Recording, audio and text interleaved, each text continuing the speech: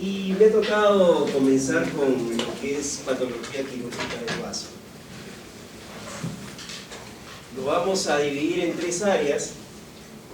La primera, donde vamos a tratar las enfermedades, los quistes, tumores, abscesos que se presentan en el vaso. La segunda área vamos a hablar sobre los traumatismos esplénicos. Y por último vamos a hablar sobre enfermedades hematológicas relacionadas con la esplenectomía. Entonces vamos a comenzar con el tratamiento de quistes, tumores y abscesos del vaso. Imagínate que tú llega un paciente con dolor abdominal, y le sacan una ecografía y encuentran una masa quística en el vaso. ¿Qué piensan? Es cáncer. Pobrecito, cáncer.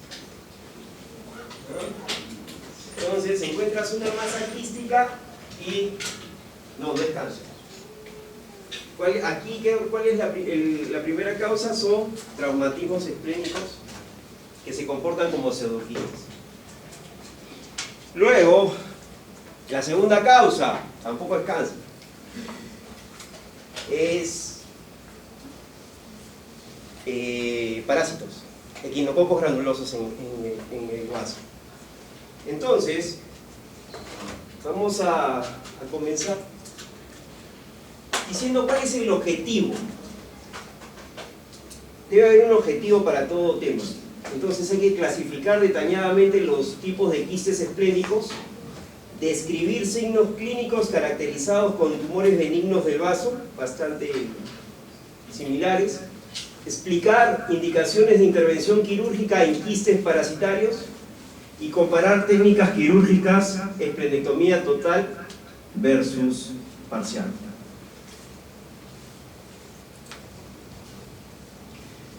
¿Qué otros objetivos vamos a tener?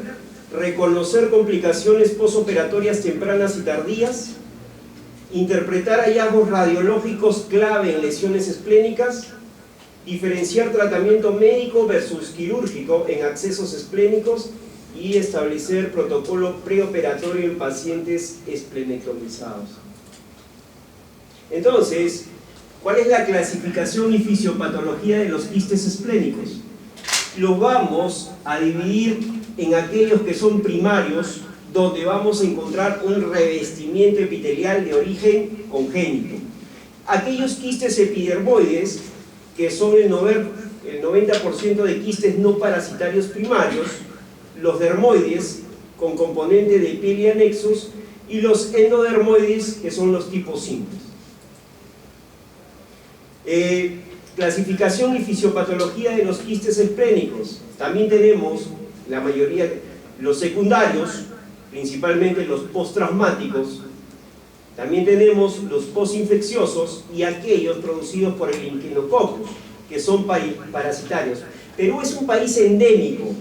Sé que el sitio principal de localización del quiste hidatídico principalmente es el pulmón, segundo el hígado, pero también se pueden presentar en el vaso. Las clasificaciones periféricas y quistes hijos en imagen, y hay que tener muy en cuenta que muchos de estos pacientes, por una caída, pueden presentar shock anafiláctico por rotura, ¿no? Una complicación mortal. No, la señora viene del mercado, viene de Huancayo, no sé, de Pasco, y tuvo una caída por las escaleras y se habrá rodado dos y murió. Y al momento de caer se rompió el quiste, hizo un shock anafiláctico y la persona fallece por eso. Entonces, el manejo clínico y quirúrgico de los quistes esplénicos. Entonces la sintomatología es muy común, ¿no? Entonces hay que evaluar una sintomatología común, a todos le va a doler. Si el quiste es muy grande, va a comprimir el estómago, entonces vamos a tener una saciedad precoz. Si hay compresión del estómago, también vamos a tener náuseas. Entonces vamos a tener que tener en qué pacientes vamos a operar y en qué no. Indicación quirúrgica, más de 5 centímetros. que esté creciendo, o sea que tengas controles progresivos de esto y que presenten sintomatología. No realizar biopsias aquí, riesgo de complicaciones. Entonces, ¿cuál es el tratamiento principal? Esplenectomía total, es lo estandarizado. ¿Cuál es el mayor problema? La inmunosupresión que vamos a causar. Ahora se ha innovado y muchos están tratando de hacer estas esplenectomías parciales. Es una técnica conservadora bastante ideal, pero bastante riesgosa. Hay que buscar bastante y escoger bastante bien el paciente que va a ser sometido a una esplenectomía parcial. Fenestración. En algunos se abre el quiste, pero desafortunadamente la técnica de fenestración tiene una alta recidiva. Quizás podríamos utilizar esta técnica que aquellos pacientes inmunocomprometidos, aquellos pacientes que tienen una serie de factores secundarios de riesgo, aquellos con mal pronóstico, ¿no? ¿Qué quiere decir? Pucha, encontramos un quiste y encontramos un paciente que ha sido trasplantado del corazón, o un paciente que está tomando anticoagulantes, o un paciente que ha tenido una operación imagínate, ha tenido en el pulmón quiste hiatídico y le han sacado un pulmón. Otra técnica, la marsupialización. Menor recidiva, riesgo. ¿Cuál es el riesgo de esto? La hemorragia. El drenaje percutáneo, alto riesgo de recidiva. La escleroterapia puede ser como un coadyuvante. Vamos a pasar aquí a los tumores benignos. Y aquí, tener tumores en el vaso es bastante raro. El vaso es un órgano linfoide. Y los tumores benignos, tanto malignos, son bastante raros. Pero ¿cuál es el más común de todos estos raros? El hemangioma. Es el más frecuente. Capilar versus cavernoso. En la imagen vamos a entender, en la tomografía, vamos a encontrar el realce periférico progresivo, los síntomas bastante raros. Riesgo de sangrado si son grandes, claro, si un hemangioma grande, una rotura puede producir sangrado. El linfangioma, el multiloculado, común en la infancia, este tipo de tumor. También se pueden presentar los amartomas, como masas sólidas, benignas, homogéneas. El angioma litoral. Este tipo de angioma litoral causa bastante hiperesplenismo y también esplenomegalia. El tratamiento quirúrgico, principalmente cuando hay sintomatología, dolor, saciedad, náuseas, o en caso de sangrado. El diagnóstico definitivo, ¿quién nos va a dar? El patólogo, la anatomía patológica. Los tumores malignos del vaso. Tenemos en primer lugar el linfoma primario, poco común, secundario, bastante frecuente. En la zona marginal esplénica, el subtipo indolente, asociación con el VHC, hay que tomar una evaluación seriológica. El tratamiento es la esplenectomía y un fármaco que se llama rituximab. Otro tumor maligno que se puede presentar en el vaso es el angiosarcoma, tumor vascular muy agresivo. Generalmente los pacientes sufren roturas espontáneas, que es una presentación bastante común. En la tomografía, ¿qué vamos a encontrar? Masas múltiples, heterogéneas, hipervasculares. El manejo quirúrgico, esplenectomía si es posible. El paciente tiene muy mal pronóstico. Y después vamos a pasar a la siguiente área, que son los accesos esplénicos, y aquí el diagnóstico y abordaje de estos. Los accesos esplénicos, ¿cuál es la etiología? Una bacteriemia, ¿no? O puede ser una fungenia por contigüidad. Entonces, hay una asociación clásica de qué pacientes van a presentar accesos esplénicos. Aquellos pacientes que pueden sufrir de endocarditis infecciosa. La clínica, como toda infección, fiebre persistente, dolor en el hipocondrio izquierdo. En la imagen, una ecografía, la tomografía con contraste es el gold estándar para diagnosticar este tipo de accesos. Tratamiento. Uno de los tratamientos puede ser el drenaje percutáneo, eficaz si es uniloculado en aquellos accesos multiloculados que van a requerir una esplenectomía. Un multiloculado es imposible que tú puedas drenar todos y va a tener una recurrencia tremenda, y estos pacientes están con riesgo de septicemia. ¿Cuáles son los microorganismos frecuentes que van a afectar el vaso? El estafilococos, la salmonela, la cándida. Se debe empezar con terapia empírica. Luego que se han tomado las muestras, ya podemos hacer cultivos y darle el tratamiento adecuado para cada germen. La técnica quirúrgica y preparación preoperatoria. La esplenectomía laparoscópica preferida por menor morbilidad. La posición que se debe colocar al paciente es de cúbito lateral derecho, supina. Los puertos generalmente se ponen 4 puertos. Los pasos importantes: la ligadura esplenocólica, gástricos e ilmo. En una esplenectomía hay que tener en cuenta y tener cuidado ¿con qué? Con la cola del páncreas. La cola del páncreas se presenta muy cercana, en presentación de 3 tipos, muy cercana al hilo esplénico. Una lesión en cola de páncreas, ¿qué te va a traer? Una fístula pancreática, que no te va a cerrar ¿en cuánto tiempo? No te va a cerrar en 2, 3, 4 meses. Profilaxis antibiótica, vacunación contra gérmenes encapsulados, disponibilidad de hemoderivados sin trombocitopenia. Complicaciones postoperatorias frecuentes: hemorragia subdiafragmática. Bueno, aquí hay que tener formación de accesos subfrénicos, antibiótico más drenaje, sepsis fulminante, posesplenectomía, hay que vacunar al paciente, trombosis portal común, prevenir con anticoagulación. Complicaciones postoperatorias frecuentes: trombocitosis reactiva, hiperesplenismos persistentes. Es muy importante los hiperesplenismos persistentes, ¿no? Porque hay que buscar a veces vasos secundarios, complicaciones pancreáticas como fístulas, pancreatitis, el seguimiento clínico por imagen postoperatoria. Y ya. Están abiertos todos. Luego vamos a pasar lo que son los traumatismos esplénicos.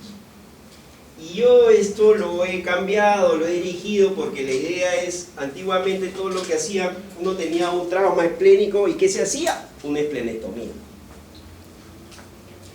Pero hay que tener en cuenta, pues, ¿para qué sirve el vaso, no? A veces no es necesario hacer una esplenectomía. Todos los problemas que le vas a acarrear al paciente si le haces una esplenectomía. Entonces, es importante, salvemos al vaso, hay que rescatar el vaso. ¿Y cómo lo rescatamos?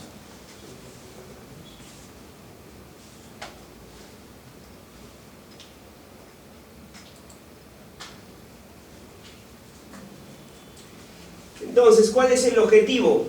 Reconocer la fisiología y función inmunológica del vaso, identificar los riesgos del asplenismo y criterios de preservación. Hay que diferenciar entre el manejo quirúrgico o entre el manejo no quirúrgico y el quirúrgico, y detallar las técnicas quirúrgicas de rescate esplénico y establecer pautas de seguimiento postoperatorio. Entonces, ¿es importante el vaso? Claro. Fagocitosis de bacterias opsonizadas, macrófagos, importantísimo. Producción de anticuerpos linfocitos B, ya lo saben, ya lo han estudiado en básicas. Principal, elimina las células envejecidas y complejos inmunes, totalmente, es importante. Imagínate sin vaso, ¿qué va a pasar? Nos quedaríamos con todos esos eritrocitos todos transformados. Prevención de sepsis por gérmenes encapsulados, muy importante. Entonces, ¿y cuál sería el riesgo de no tener vaso? La septicemia fulminante post-esplenectomía. Ni bien estás, van a haber muchos gérmenes que van a querer atacarte, ni bien tengas, hayas perdido el vaso. Entonces, infecciones por gérmenes encapsulados y no encapsulados, hay un aumento del riesgo tromboembolítico y es una posible asociación de no tener con cánceres hematológicos y sólidos. ¿Qué es lo clásico? Entonces, la mayoría de pacientes que van a llegar por trauma, entonces tenemos dos órganos principales, trauma abdominal cerrado. Entonces, el primer órgano afectado, aquí hay que diferenciar entre adultos y niños. Si yo, adulto, tengo un traumatismo, me metí la bomba del siglo, agarré el carro y me fui con todo, y no me puse el cinturón de seguridad, el timón hizo lo suyo, entonces el primer órgano que se va a afectar en adultos es el hígado o vaso. Vaso. Y en niños, hígado, claro. Muy bien. Entonces el hígado va a ser en niños y el vaso en adultos. Entonces,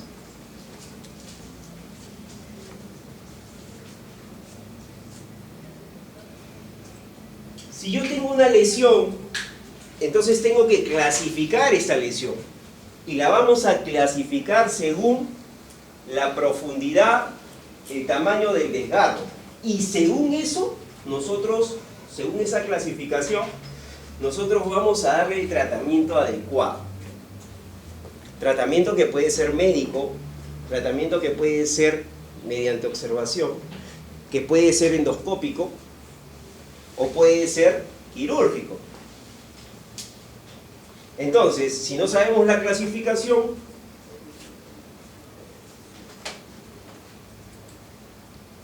entonces los gringos la clasifican así.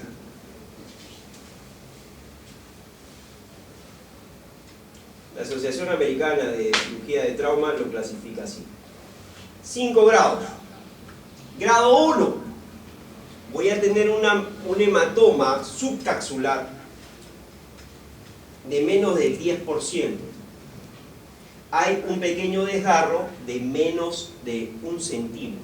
El grado 2, voy a tener, el hematoma ya creció de 10 al 50% y el desgarro va a ser entre 1 a 3 centímetros. Aparentemente estos dos son bastante manejables con observación y médicamente. Después pasamos el grado 3. Este grado 3 es un grado bastante, digamos, ambiguo. Es el grado donde dices, ¿voy a operar o no voy a operar?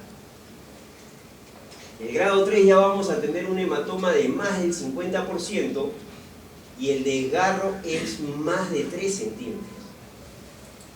El grado 4 ya hay un compromiso vascular de más del 25%. Parte del vaso se ha perdido. Y el grado 5 es un vaso roto o ablución del hilo esplénico. El grado 4 es el grado donde el paciente tuvo la suerte de llegar al hospital y si encontró un cirujano descansado, lo va a subir a sala y le va a salvar la vida. El grado 5, el paciente va a llegar cadáver. Entonces el grado 3 es el grado, ¿es o no es quirúrgico?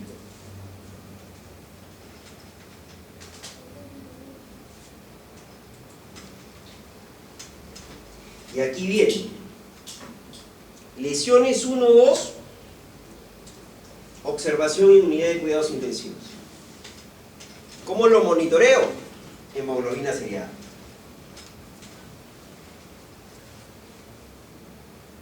Lesiones 3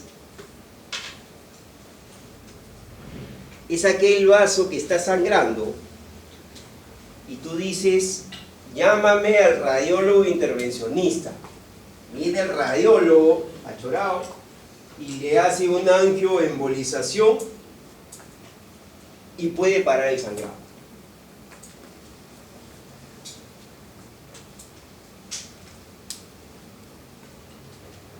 Pero a las 2 horas puede seguir sangrando. O como no, ¿no? Entonces yo le doy una segunda oportunidad al radiólogo intervencionista. Una segunda angioembolización.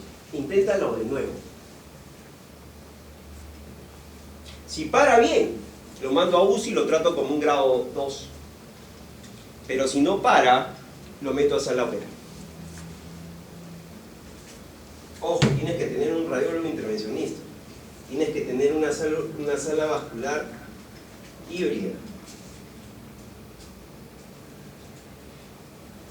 ¿Cuáles son las contraindicaciones? ¿Qué pacientes no deben tratarse ni observarse? Aquellos que están con inestabilidad hemodinámica, aquellos que tienen sintomatología de peritonitis, aquellos que reciben transfusión masiva. ¿Qué es transfusión masiva? Para la mayoría, 4 unidades de paquetes globulares. Para mí, 2. Yo he visto que para 4 ya no llegan, se mueren. Para mí 2. Pero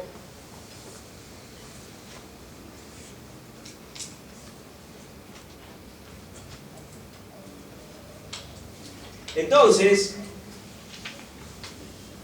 un grado 1, un grado 2, ojo, no es tan benigno como parece. Un 1 o un 2 se puede transformar, un 1 se puede transformar en 2. Y ese 2 se puede transformar en 3. Y ese 3 puede ser quirúrgico. Ojo, que cuando estoy diciendo, oye, lo mando a la UCI. Ah, ya acabó todo. No, lo estoy chequeando, lo estoy mirando. La hemoglobina, estoy viendo. Le digo al familiar, no lo voy a operar. No, pero sí lo puedo operar, ¿eh? Ojo. No, ya, no, sí lo puedo operar. Estoy esperando a ver cómo se comporta. No quiere decir que un grado 1 y un grado 2 no son operables. No, se pueden transformar en 3. Entonces, ¿cuáles son las indicaciones del fracaso del manejo conservador? Hipotensión persistente. Requerimiento de 2 a 4 unidades de paquete glóbulo rojo. Para mí, 2. Hallazgos de extravasación en TC. O la formación de un pseudoaneurisma o sangrado progresivo. Y ahorita, ¿qué es la angioembolización esplénica? Es una técnica bastante eficaz, preserva el parénquima funcional. Ahí, con esto vamos a hacer una embolización proximal versus distal. Y las complicaciones que puedes tener, puedes infartar al vaso, formación de abscesos y quistes. Ya. Entonces, ejercicio. 1. Clase.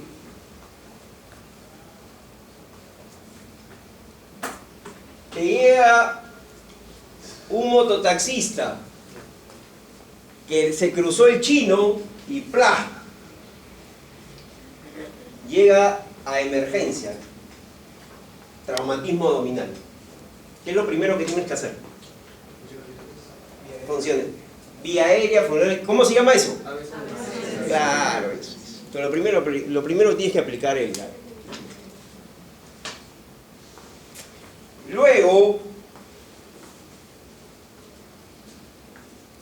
que has aplicado eso, es muy importante. Si el paciente está hemodinámicamente estable, fulano así fuerte, ¿qué haces? Aparte de pedirle todo, el hemograma, el hematocrito, toda la cosa, ¿qué le vas a pedir al paciente? Estable, una tomografía con contraste. Una tomografía. ¿Y por qué con contraste? Ya, pero ¿para qué sirve el contraste? Para ver la extravasación del contraste, si está sangrando o no. No solamente para ver el grado, para clasificarlo. Podemos clasificarlo, pero también tenemos que ver si es extra. ¿Qué pasa si le tomo una tomografía y extravasación de contraste? ¿Qué haríamos? Criterio. Ahí extravasación de contraste, está saliendo el contraste y se ve que chorrea. Está sangrando, lo metes a sala, pues no vas a hacer, no vas a esperar, no está sangrando. Si hay o no. ¿Lo metes a sala o no? No. ¿Por qué? Lo llama al radiólogo, está estable. Si está estable, puede ser que esté sangrando poquito, casi nada. Una fila. Te lo llama el radiólogo. ¿Y qué va a hacer el radiólogo? Le va a hacer una angioembolización. Dos opciones.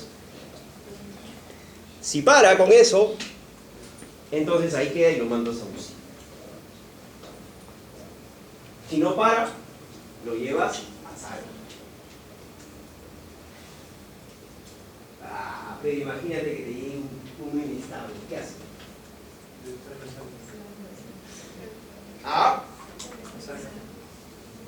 ¿Qué haces con un paciente inestable? ¿A sala? Ecofaz. Ecofaz, claro. ¿Qué es un ecofaz? ¿Para qué sirve un ecofaz? Líquido libre en cavidad. Para eso sirve un ecofaz. No sirve para ver si hay un trauma esplénico. Sirve para ver si hay líquido libre en cavidad.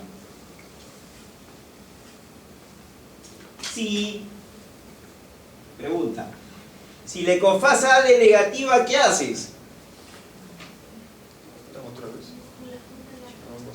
Está inestable. Le hago otra.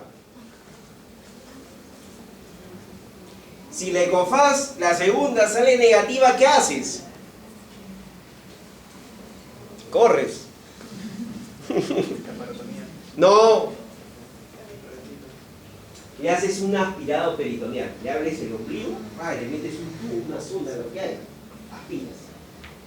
Si hay sangre, lo llevas a sangre. Inestable. ¿Tú crees que te va a decir, oye, doctor, me duele acá? ¡Wow! Entonces, le tomas, está inestable, le haces un queso, aspiras, haces un aspirado. En el aspirado lo aspiras, no hay nada. ¿Qué haces?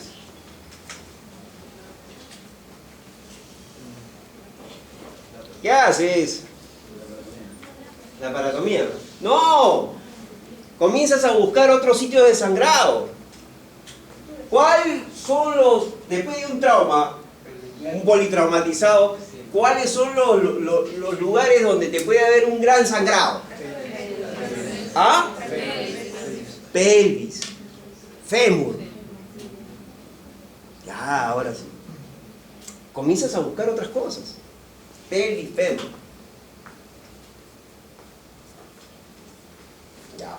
Entonces, y si no tiene ningún problema en la pelvis ni el fémur, ¿qué haces? La paratomía. Ahí sí. Así aspires y no haya nada, lo abres.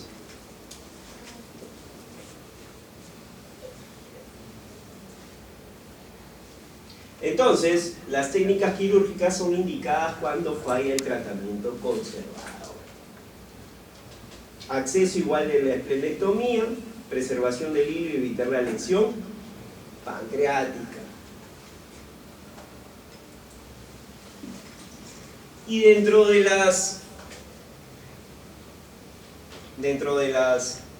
técnicas quirúrgicas que tenemos, ojo, no es sacar el vaso. Vamos a tratar de salvarlo. Si tenemos un sangrado activo y el radiólogo intervencionista no pudo pararla, o no hay, entonces comienzo yo, si es y si es leve, utilizo el haz de argón para una hemostasia superficial. ¿Qué más? Un desgarro pequeño puede utilizar agentes tópicos como celulosa oxidada, caolín, esponjas. ¿Qué son todo esto? Son fibrina que se va a colocar ahí. Son como unas pequeñas mallitas de fibrina que se hace un taponamiento ahí. Entonces con eso para. Se puede hacer por laparoscopía si el paciente está estable, pero si el paciente está inestable tiene que ser cirugía abierta.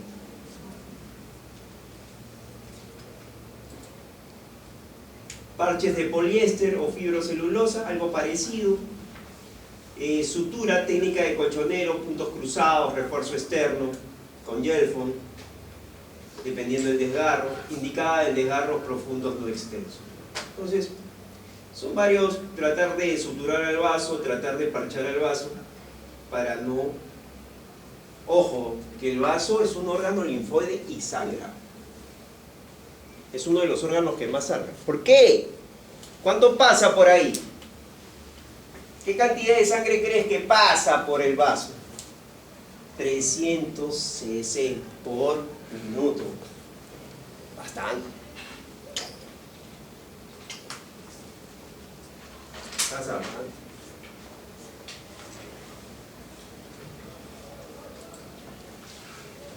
Entonces, ¿qué sucede si tenemos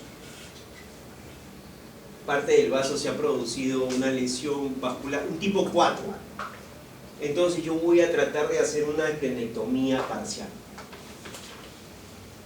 Lesión localizada en un polo, seccionamiento de ramas arteriales segmentarias, preservar parte funcional del vaso. La técnica es un poco complicada, pero la idea es conservar parte del vaso.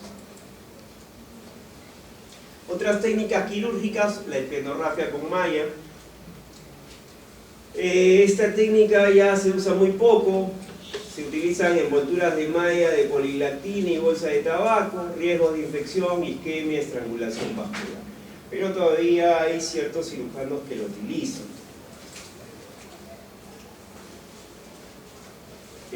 Tamponamiento abdominal en caso de control de daños. Esto es bastante controversial, indicada en hemorragia masiva no controlada, puede complicar con el rescate esplénico posterior, considerar esplenectomía inicial si el paciente está inestable. Yo también. El manejo en la UCI. ¿Cómo debo manejar un paciente con trauma en la UCI? La hemoglobina y el hematocrito hay que pedirle cada 2 a 6 horas, las primeras 24 a 48 horas, monitorización de signos de rotura tardía, profilaxis antitrombótica a las 24 y 48 horas si el paciente está estable. Rotura esplénica tardía son esos pacientes grado 1, grado 2 o grado 3 que se convierten rápidamente en inestables. La incidencia afortunadamente es menos del 5%, mortalidad aproximadamente en el 10% de los pacientes. Ocurre típicamente en la primera semana, requiere vigilancia clínica y posible reintervención.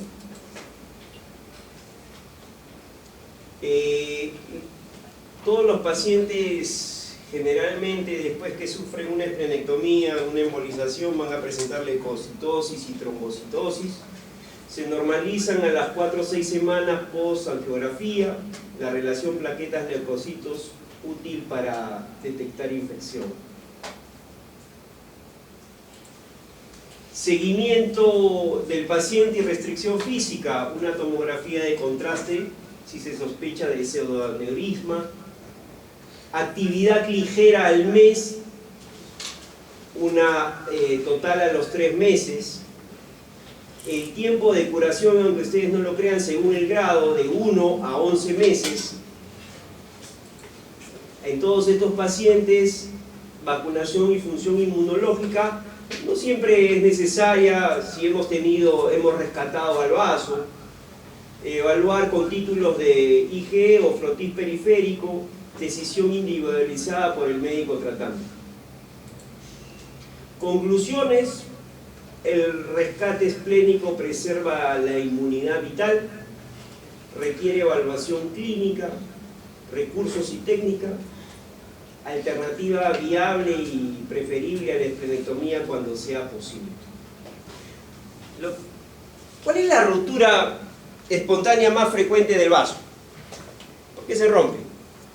Aquí en Perú. ¿Ah? Espontánea. Traumatismo no es espontáneo, ¿no? ¿Ah? No. ¿Qué? ¿Qué es endémico que ataca el vaso?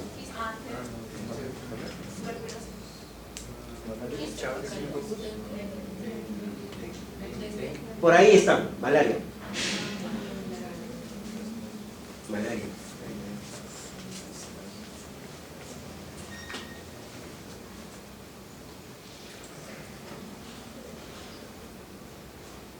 Ojo, ni se le ocurra a ninguno de ustedes llevar a un paciente inestable a tomografía. Pues ustedes son capaces. Llega muerto, ¿va? Regresa en bolsa. Ahí sí es un desastre. Me ha pasado, ¿ah? A veces levanta y el residente lo ha mandado a tomografía, regresa el paciente así en una bolsa negra. ¿Qué pasó? No vayan a hacer eso.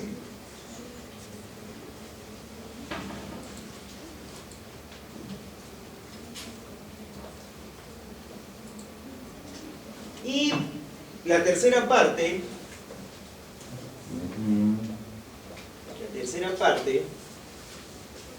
es una parte que le compete principalmente al clínico, al hematólogo, el que estudia todas las benditas enfermedades hematológicas, que son un montón, y que muchas de estas, por falta de conocimiento hasta la época y falta de tratamientos médicos, van a terminar en una esplenectomía. Entonces, cuando el clínico le ha dado todos los corticoides posibles, el paciente nos va a interconsultar para hacer una esplenectomía. Y son un montón de enfermedades. Principalmente aquellas que van a afectar a los eritrocitos, que es un montón. Aquellas que van a afectar a las plaquetas. Aquellas que van a presentar a los glóbulos blancos. Entonces son un montón. Y vamos a tratar de enfatizar. La idea no es hablar de hematología, sino tratar específicamente en qué casos estos pacientes van a terminar en esplenectomía, ¿no? Y para eso es muy importante que ustedes entiendan lo que es hiperesplenismo y esplenomegalia. Entonces vamos a comenzar.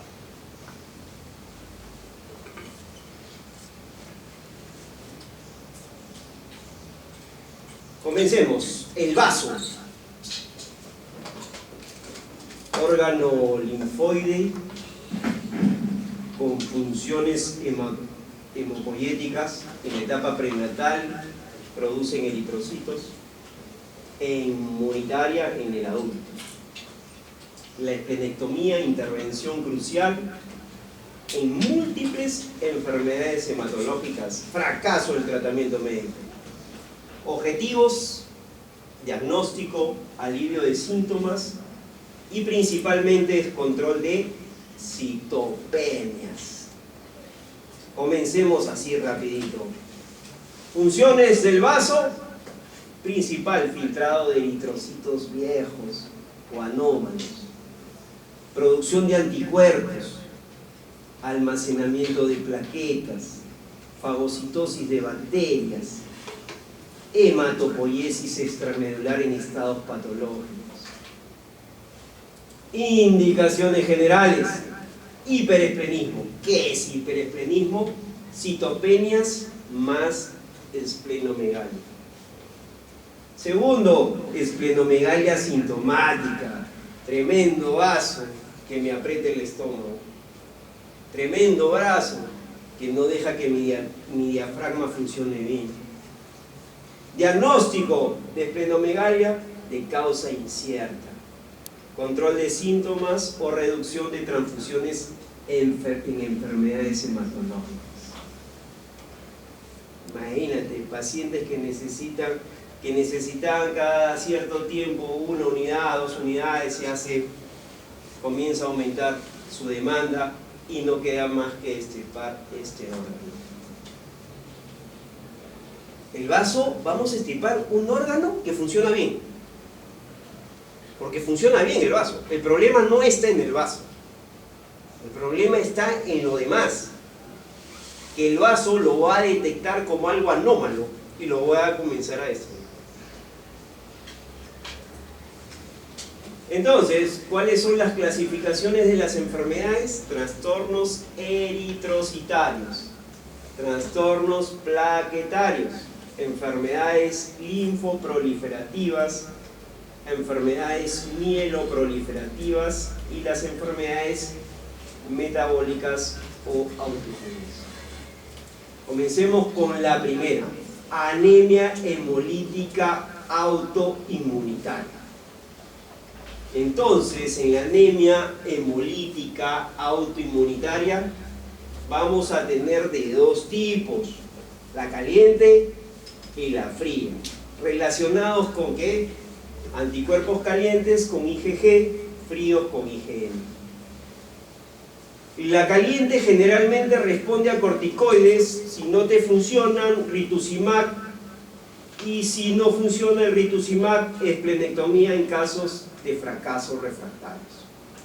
En caso que tengas una anemia hemolítica autoinmunitaria fría, donde están comprometidos el IgM, de nada te va a servir que le hagas una esplenectomía. El diagnóstico, tu PAD, LDH, bilirrubina y reticulocitosis. Segunda enfermedad, la esfericitosis hereditaria. ¿Qué pasó aquí? Fallo. Genéticamente vinimos medios trastocados, medios fallados, y desafortunadamente la membrana celular que va a recubrir los eritrocitos sufre una transformación y ya no va a ser bicóncava, sino va a aparecer una esfera. Entonces, esta es la anemia congénita por defecto de membrana, donde se ven alterados, ¿qué cosa? Proteínas, muchas, con nombres raros: espectrina, anquirina, banda 3, hasta el momento, y cuántas más van a descubrir. Esplenectomía curativa en formas graves, en caso de haya ictericia, anemia sintomática, retraso del crecimiento. Todos estos pacientes están asociados por presentar cálculos de tipo, son de tipo negruzco, y tienes que considerar y pedirle una ecografía para de paso hacerle una colecistectomía. Una colecistectomía. Otras eritropatías hereditarias que afectan a la pared celular, ya no esfera, sino elictocitosis. Generalmente la anemia es más, esta es una enfermedad más leve. Yo considero, o los clínicos consideran la esplenectomía en caso que la anemia sea sintomática. La piropoiquilocitosis es una forma grave de elictocitosis, requiere esplenectomía. Estomatocitosis y serocitosis, riesgo cuando hay riesgo de trombosis tras la esplenectomía. Entonces, estas enfermedades en todas tienen algo en común: la pared celular del eritrocito se ve afectada y el vaso dice: oh, esto no es normal, vamos a destruirlo. Después pasamos a las talasemias y drepanocitosis. En las talasemias generalmente yo voy a considerar, o me hacen la interconsulta cuando el paciente requiere más de 180 a 200 mililitros por kilo peso de transfusiones. Entonces, cuando pasa de estas cantidades, me van a interconsultar para realizar una esplenectomía. En caso de drepanocitosis, este es un problema que generalmente hay una autoesplenectomía común. Yo consideraría la esplenectomía solo en caso de crisis de secuestro, accesos o hiperesplenismo. Aquellas donde hay problemas de enzimopatías, DPC y la GCPD. Entonces, en la DPC la esplenectomía es rara, indicada solo en anemia grave, y la deficiencia de glucosa 6-fosfato deshidrogenasa, hay que evitar los oxidantes. La esplenectomía solo si hay hiperesplenismo. El tratamiento generalmente es de tipo conservador. Pasamos a la trombocitopenia inmunitaria, el TPI. Aquí es donde se va a presentar principalmente anticuerpos contra GP, 2B y 3A. Hay una destrucción de las plaquetas. ¿Cuál es el tratamiento de esto? De la tan famosa púrpura. La respuesta al tratamiento, principalmente vamos a dar corticoides, rituximab, agonistas de TPO. La esplenectomía, en casos cura al paciente, no hay una remisión en el 66% de los pacientes, y es indicada en casos refractarios. Otro tipo de púrpura, la púrpura trombocitopénica trombótica, es aquella que va a producir una microangiopatía trombótica por déficit de ADAMTC13. El tratamiento de elección es plasmaféresis. La esplenectomía la reservo en casos refractarios o recurrentes. Pasamos a los linfomas. Tenemos el linfoma de Hodgkin y no Hodgkin. El linfoma de Hodgkin, antiguamente lo nombro esto porque la esplenectomía se utilizaba como una estadificación de esta enfermedad. Entonces, antiguamente, para estadificar este tipo, se hacía una laparotomía y se hacía una esplenectomía. Ahora ya no. Y en el caso de no Hodgkin, aquí sí es importante porque a veces encontramos una esplenomegalia asintomática o citopenias por secuestro. Entonces, muchas veces necesitamos hacer la esplenectomía porque muchas veces nos indica el subtipo del linfoma no Hodgkin que tenemos. Ustedes saben que este tipo de tratamiento del linfoma no Hodgkin es a través de quimioterapia. Entonces, los clínicos, el oncólogo médico necesita saber qué subtipo para darle la quimioterapia adecuada.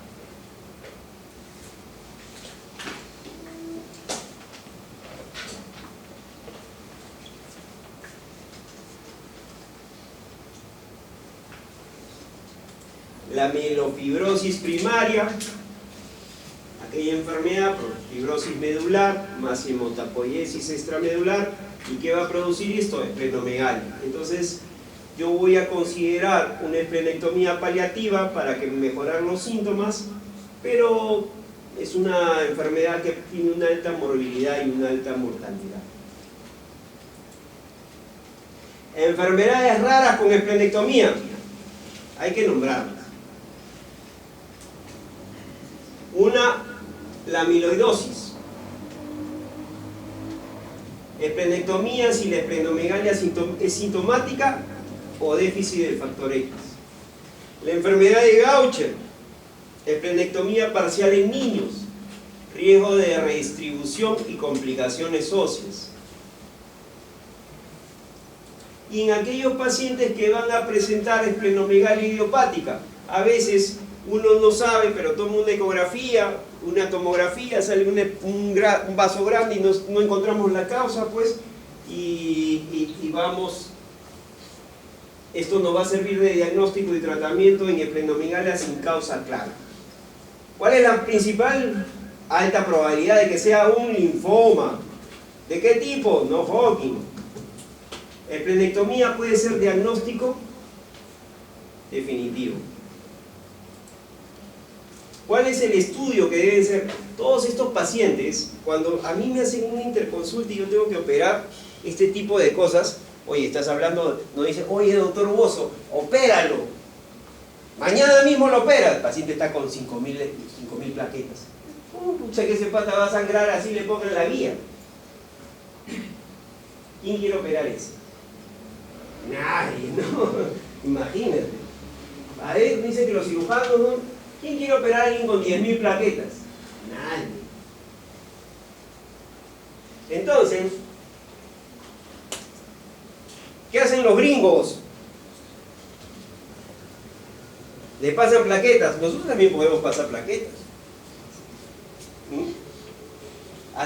A veces hacen angioembolización para que suban las plaquetas. Nosotros no hacemos eso. Pasamos plaquetas y ¿qué?